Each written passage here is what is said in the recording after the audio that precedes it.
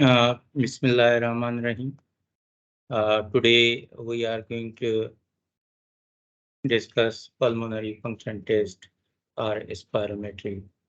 I'm Dr. Bux Kachiwal, Professor and Chairman, Department of Physiology and Biochemistry, Sindh Agriculture University, Tandojam.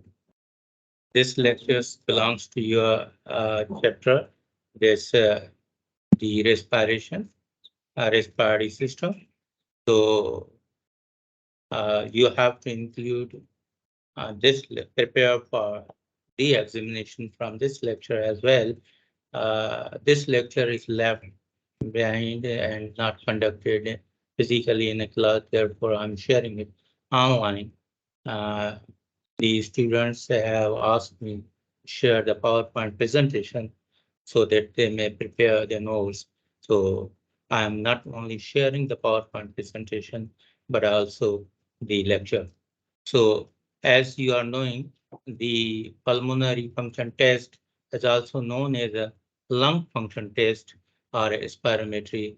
ये एक spirometer device होती है जिससे हम lungs की disease को diagnose करने के लिए टेस्ट लगाते हैं, जिससे हमें पता चलता है या फिर हम डिफरेंशिएट कर पाते हैं कि ये जो कार्डियोवैस्कुलर डिजीज है या रेस्पिरेटरी डिजीज है या फिर ऑब्स्ट्रक्टिव डिजीज है या फिर रिस्ट्रिक्टिव डिजीज ऑफ लंग्स है। तो पल्मोनरी फंक्शन टेस्ट या spirometry meaning the measuring of breath, सांस के मेजरमेंट को जो हम सांस अंदर लेते हैं या बाहर निकालते हैं डिवाइस से मेजर करने को हम उसको पल्मोनरी फंक्शन टेस्ट या फिर lung function test या spirometry बोलते हैं.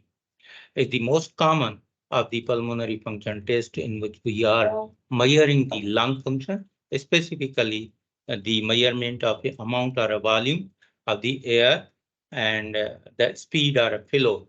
Inspiratory or expiry, both can be measured by a spirometer device. So that can be inhaled or expelled, whatsoever the volume or the flow is, that can be measured in the device. So spirometry. Spirometry is a method of assessing lung function by measuring the volume of the air of the patient can expel from the lungs after maximal expiration. As I have told you that this there is various types of spirometers or a device by which we are performing the spirometry or a pulmonary lung test. So there is one type of these spirometers which is known as a bellows spirometers, which measures the volume of the lungs or the capacity of the lungs, and others are electronic desktop spirometers, which are used not only to measure the volume, but also the flow or speed of the volume. So it displays on the monitor, and as well as you can receive printout of the spirograms or the results or values being shown in a table format that can be also print outed so that you can take it as the test report by the spirometer. Small handheld spirometers, they are cheaper or inexpensive and quick to use, but no printout can be taken. So this also digitally show you the values of your flows and your performance. So you can measure the volume and as well as speed or below.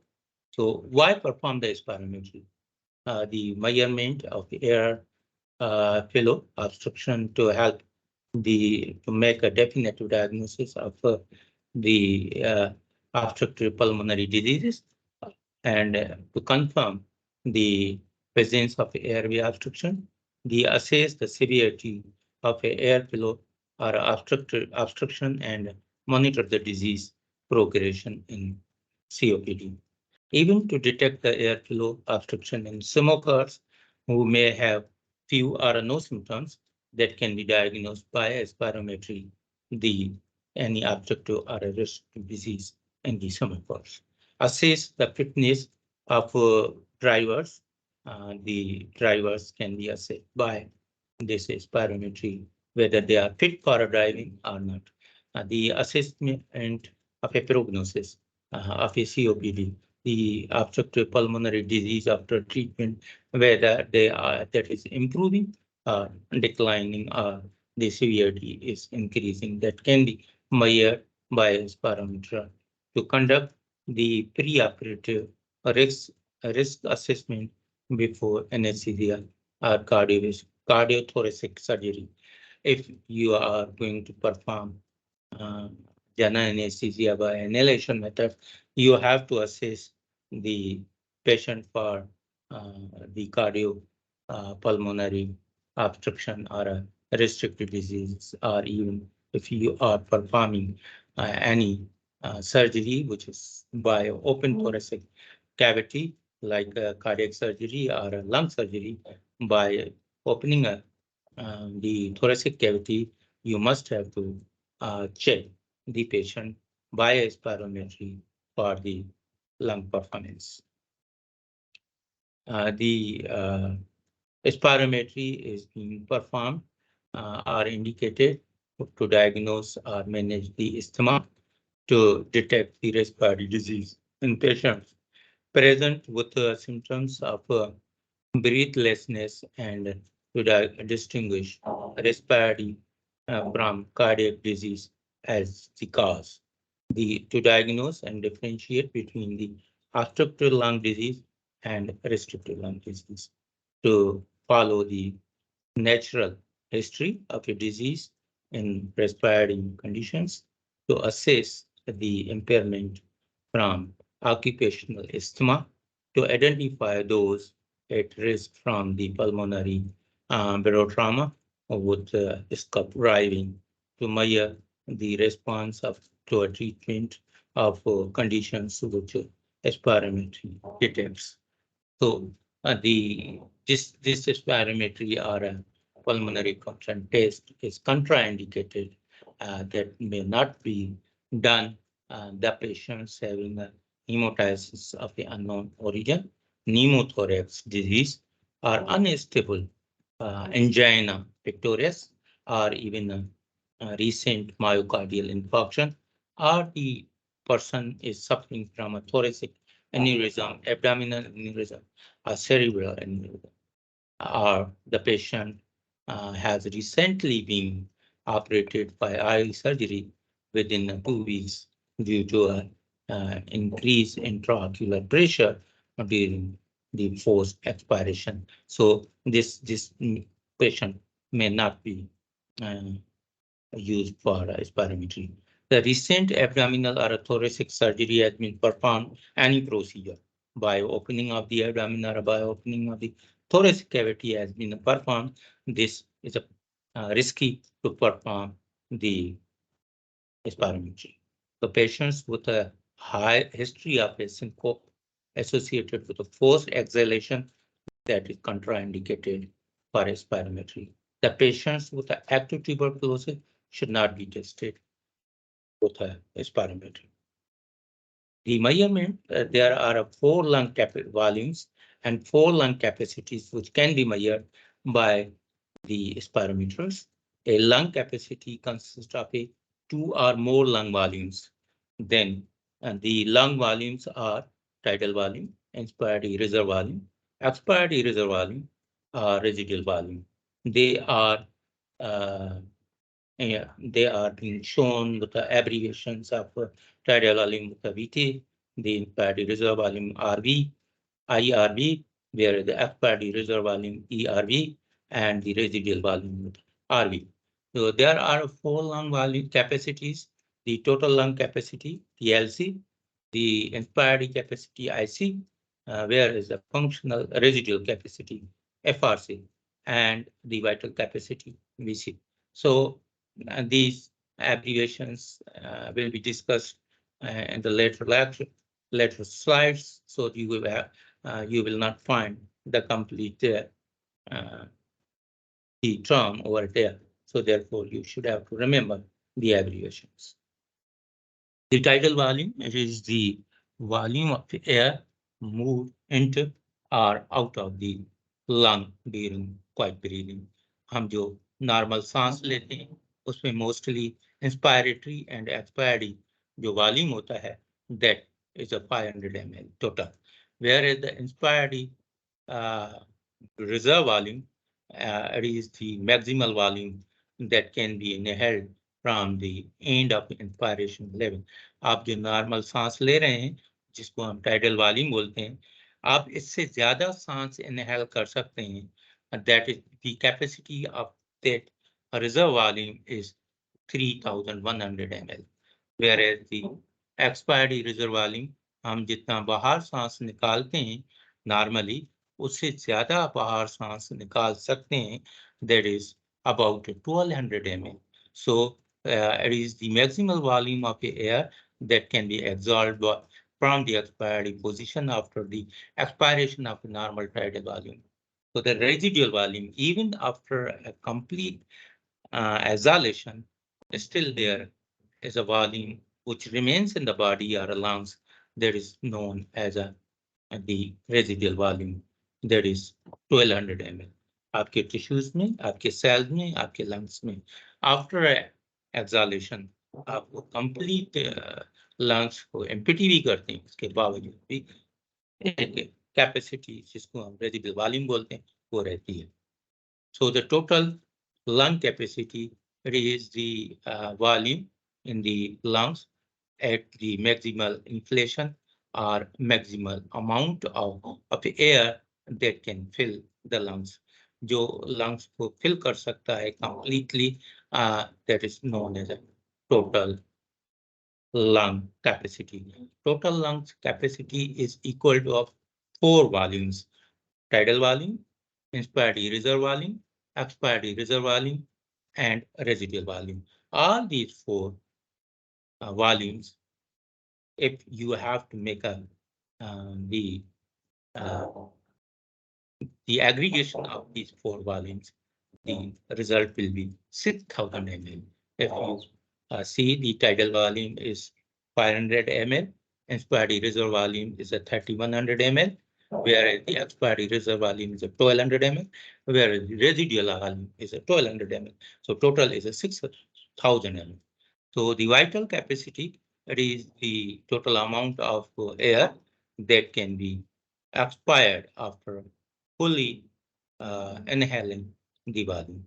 आप inhale करने के बाद जब आप बाहर निकालते हैं full सांस को, तो उसको वाइटल कैपेसिटी बोलते हैं. फुल जो बाहर निकलता है वो टाइडल वॉल्यूम होता है, इंस्पायरेटरी रिजर्व वॉल्यूम होता है और एक्सपायरेटरी रिजर्व वॉल्यूम होता है. तो ये 80% of the total lung volume होता है. सिर्फ रेजिडुअल वॉल्यूम जो है वो अंदर रहता है, वो बाहर आप नहीं निकाल सकते.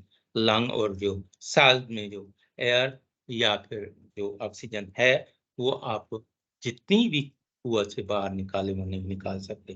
तो इसलिए वाइटल कैपेसिटी तो बाहर निकलती है लेकिन रेजिडुअल वॉल्यूम अंदर रहता है.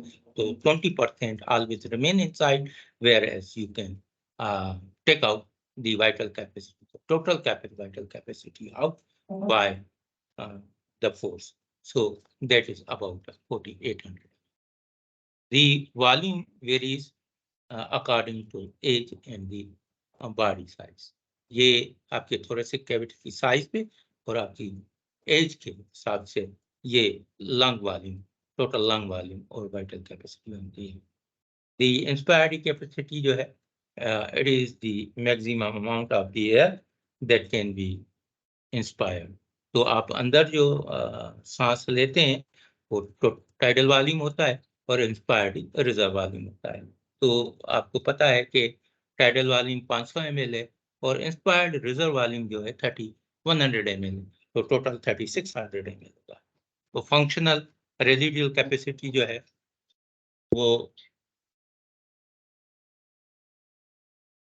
वो जो है आप फंक्शनल रेजिडुअल कैपेसिटी जो है that it is the amount of remaining in the lungs after the normal expiration. आपको पता है कि रिजर्व वॉल्यूम रेजिडुअल वॉल्यूम जो है ना 1200 है और एक्सपायर्ड रिजर्व वॉल्यूम भी 1200 है, तो टोटल उसका 2400 बनेगा। तो ये स्पायरोग्राम जो है वो शो करता है कि आपके जो है लंग कैपेसिटी कितनी होती है और आपकी जो है जो आपकी जो इंस्पायर्ड रिजर्व वॉल्यूम है वो कितना है, टाइडल वॉल्यूम कितना है। टाइडल वॉल्यूम 500 ml है, इंस्पायर्ड रिजर्व वॉल्यूम 100 ml है और रेजिडुअल वॉल्यूम 1200 ml है और एक्सपायर्ड रिजर्व वॉल्यूम 1200 ml है। तो वाइटल कैपेसिटी जो है वो आपकी 48 ml है और इंस्पायर्ड जो कैपेसिटी है वो आपकी 3600 ml है और फंक्शनल रेजिडुअल वॉल्यूम जो है वो आपकी जो है वो कैपेसिटी जो है that is about 3600 ml, whereas the total lung volume जो है आपका 6000 ml है। स्पायरोमीटर जो हमें नॉर्मली स्पायरोमीटर टेस्ट हम लोग करते हैं तो उसमें दो किस्म के स्पायरोमीटर्स होते हैं, दो किस्म के स्पायरोग्राम बना के देते हैं। एक तो वॉल्यूम और टाइम का, वॉल्यूम जो है वाई एक्सिस पे रखते हैं और एक्स एक्सिस पे टाइम रखते हैं। दूसरा फ्लो एंड वॉल्यूम का, तो वाई एक्सिस पे वो जो है एयर फ्लो रखते हैं और फिर एक्स एक्सिस पे वॉल्यूम रखते हैं। तो इसमें दो ग्राफ्स मोस्टली आते हैं। The parameters, like the most common parameters which we can measure in the spirometry are vital capacity, then the forced vital capacity, forced expiratory reserve volume, expiratory volume, and 0.5 seconds, 1 second, or 2 or 3 seconds. Forced expiratory flow वो 25 से 75% तक हम ले सकते हैं और maximal volume जो है वॉलंटरी वेंटिलेशन जो है वो हम which is known as maximal breathing capacity और functional residual capacity जो है that is can be measured by via spirometry. This functional residual capacity cannot be measured by a spirometry, but it can be measured by a plethysmograph, whereas the dilution is used that's known as a helium dilution test. Whereas the parameters like a forced vital capacity, the forced vital capacity is abbreviated as a FVC, is the volume of the air that can be forcibly be blown out after full inspiration measured in liters. The forced vital capacity is the most basic measurement in expired test, where the forced expired volume in the 1 second. So that is indicated by a forced expired volume in 1 second is the volume that the forcibly blown out in 1 second. And the average values of the forced expiry volume in 1 second is mostly about 80% or 120%. So the forced expiry volume in 1 second divided by forced vital capacity, that ratio always been in a percentage, so that the ratio and as well as the capacity and the volume is being measured. So forced expiry flow, the forced expiry flow in the or the speed of the air coming out of the lung during the middle portion of the forced expiration, it can be given at discrete times during, generally defined by what fraction remains of the forced vital capacity. So the usual intervals are 25% to 75%. How is the test can be performed? हम test कैसे कर सकते हैं? Breathe in until the lungs are full.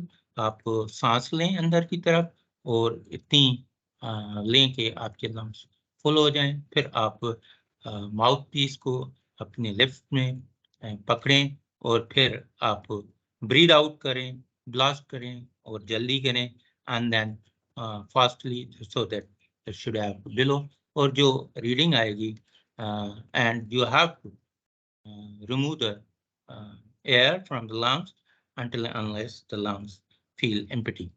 So watch the patients during the below to assure lips are sealed. Check to determine if an inadequate traces has been achieved. So repeat the procedure at least for 3 times so that the 3 readings can be taken, and then there may be the 5% of the difference. The spirogram patterns that the normal, obstructive, and restrictive. The patrons, which is shown, if you see that the patrons of a spirometric curve, the interpretation is that the healthy or normal may have a normal the functional vital capacity, that's 80%, and the flow of expiry volume that in a 1 second that must be 80%, and the ratio, the difference that must be a more than 0.7. So in the air obstructive patients, there might be the FVC will be normal or low, whereas the FEV1 will be low and the ratio will be low. Whereas in the patient having a restrictive disease that may have a FVC low, FEV1 lower normal, whereas the ratio is increased than the 0.7. So the mixed, if having a both diseases like obstructive and a restrictive disease, the all values come in the low. So this is the normal trace showing the FEV1 and FVC in the normal spirogram. The normal adult spirogram will be having a FEV1 4 liters, FVC 5 liters, and the ratio is 0.8. So this is the, if you may have the spirogram of such type, the person is normal. If having a obstructive disease, then the FEV value will be 1.8 liters, the FVC value will be 3.2 liters, and the ratio is also low, 0.56 liters. So if the patient is suffering with obstructive disease, all these 3 readings will be below the normal.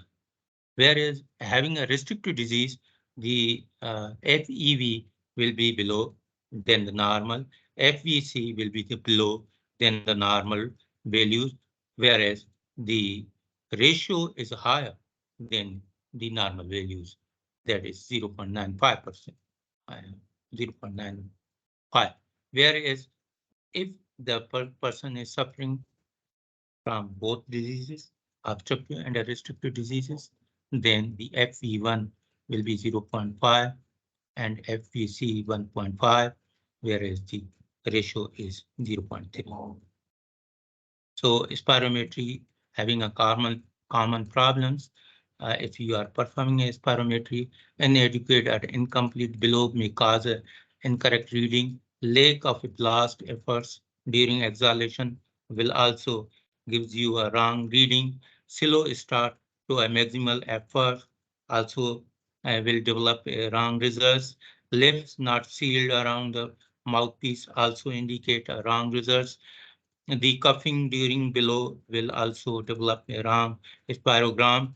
Extra breathe during the below and glottis clear and obstructive of a mouthpiece by a tongue or a teeth also cause the wrong reading.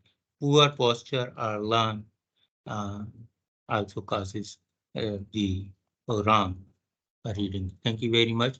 I hope that you will share this lecture with your friends and subscribe this channel, and as well as you have to be kind enough to prepare yourself from this lecture as well as it is the part of your syllabus, and in the coming examination this lecture also be included in your paper. So as you are knowing that the paper will be of 60 marks, which is outlined from whole syllabus. So this lecture was the remaining lecture of respiratory system. So it is being concluded online. You have prepared yourself. Thank you very much. Thank you.